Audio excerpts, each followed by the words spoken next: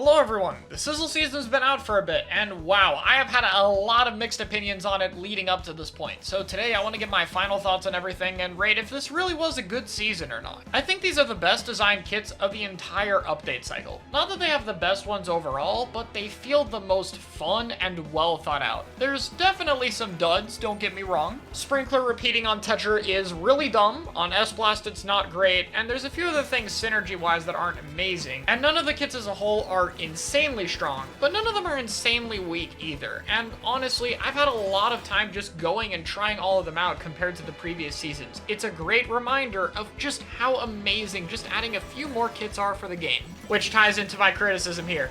We only have 9 of them, which is the lowest, and it's crazy. I already talked about this in a different video on the topic as a whole, but there is so many weapons in this game, 25 in total, 27 counting the new weapons, that do not have a second kit. And these weapons aren't going to get one until a year into the game's lifespan. This not only just sucks for right now, but this is a game that really should have third kits for every weapon. Splatoon 1 and 2 did not do this. And this game, compared to those, has way more mains, subs, and specials. There are so many more interesting combinations, and we see so few of them that it really sucks. At this point, I'm unsure if it's going to get any better, but I hope by some miracle the amount of kits we get in updates or the amount of time we get updates is somehow increased to allow it to happen. But for the time being, it's easily still the biggest disappointment of these updates. I also talked about the brand new weapons already. As a whole, I think they are fun and they're well balanced all around. Obviously, competitive-wise is where things get a bit more picky as to how good they are, but casual-wise, ranked, etc., I think they are in a great spot. Like the chill season weapons, they have a very clear sense of identity, except unlike those, they are balanced significantly better. I don't think they feel weak or undertuned at all, or are going to suffer from the low usage rate that those 3 weapons did. The maps are okay. I think Barnacle and Dime is the best Splatoon 3 original stage we have gotten so far. I really do think it tops everything else. It's not perfect everywhere, and Tower and Rain it's still pretty meh. But honestly, zones and clamps on that map, Dumpster is pretty much everything else outside of Undertow Rainmaker in terms of Splatoon 3 original maps, so I think it pretty much is better than most of the competition. That being said, it's hardly a compliment when this is a similar layout that we've gone for the past 3 updates. The fact that it took them this long to do one this decently already is pretty disappointing. At least it does feel pretty fun, and the middle of the map has a good dynamic that kind of feels a lot like Mako Mart, which is a big favorite among a lot of people in this game, so I'll take it. Humpback is strange because I feel like in Clam Blitz and Rainmaker, the stage has some amazing improvements. The checkpoint areas are great for it, the defending sponges to get back on both of them are nice, the uninkable block stuff that is there on Clam Blitz, but then Tower and Zones are just like the same thing. Like, seriously, why did we put a sponge to be able to go back and then just only put it on those 2 modes? Like, what actual reason is there for the sponge to not be there on Zones and Tower Control? I mean, with how awful the stages are in this game, just having a few better combinations is already so huge, especially if you play in private battles and get to actually pick the ones you want. Like, I want to be positive about the stuff they're getting right, but honestly, it's so minuscule, and I feel like I'm praising mediocre stage design just because the rest of it is bad. And it's hard to really try and praise these things without feeling like I'm being unfair and just lowering my standards over getting used to these maps, and that really sucks. Speaking of things I think I had too low standards for, the balance patch. When this came out, I thought this was good, but not as good as the previous one, and honestly now I think it's just whatever. Yeah, Machine got nerfed, maybe a little bit overdone, but probably necessary, that's fine. The Stamper nerfs worked out overall, some of the buffs they did were fine, but like,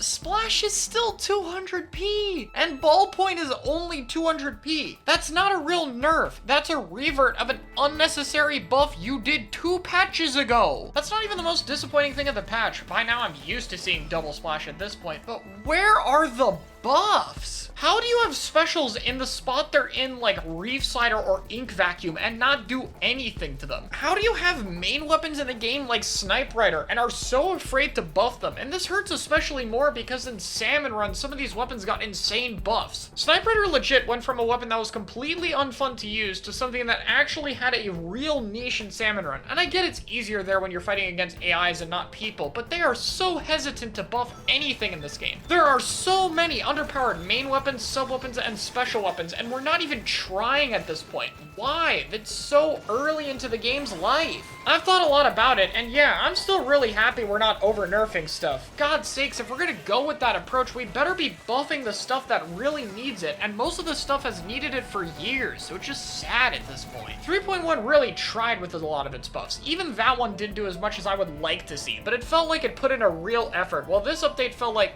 we might as well try and give a few things tiny buffs that barely even matter. It's really disappointing. Anyway, this turned out a bit more negative than intended, so let's talk about something positive. The new Salmon Run stage is great. I don't know what it is, but they really know how to make new Salmon Run maps in this game. This is the third one we've gotten, and all three of them have continued to feel amazing. I'm still getting used to it for a bit, but the layout is unique. I really like the way the snatchers work on that map, and in general, it feels very fun and enjoyable on in every single wave it has. Really good stuff. Big Run also happened, and while I'm disappointed there's no new King Salmonid or Grizzco weapon, the rest of it I think was fine. Yeah, Undertale Low Tide was kind of meh, but that's more of a problem that the stage has a bunch of random uninkable walls, which is not really Big Run's fault. I think having either King Salmonid have the chance to show up, double scales, and of course we already have the extra bonuses that have always been present in Big Run, is really cool, and served to keep the event interesting even if we weren't getting something completely new in terms of weapons or King Salmonid. So honestly, I had a lot of fun with it, and got my highest score of 172. Okay, let's keep the positivity going. We can talk about...